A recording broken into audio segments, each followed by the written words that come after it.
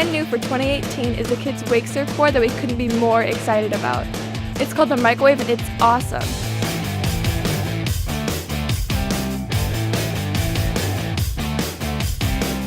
Instead of just scaling down a larger board, the Microwave has been designed from the ground up to have the perfect dimensions for young rippers.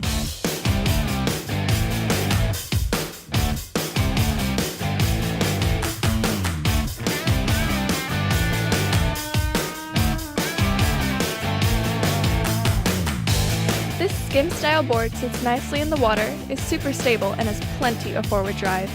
It is one of the only boards on the market where kids can actually control the board, rather than the board controlling them, making it much easier to surf the board from rail to rail, do 360s, and launch airs.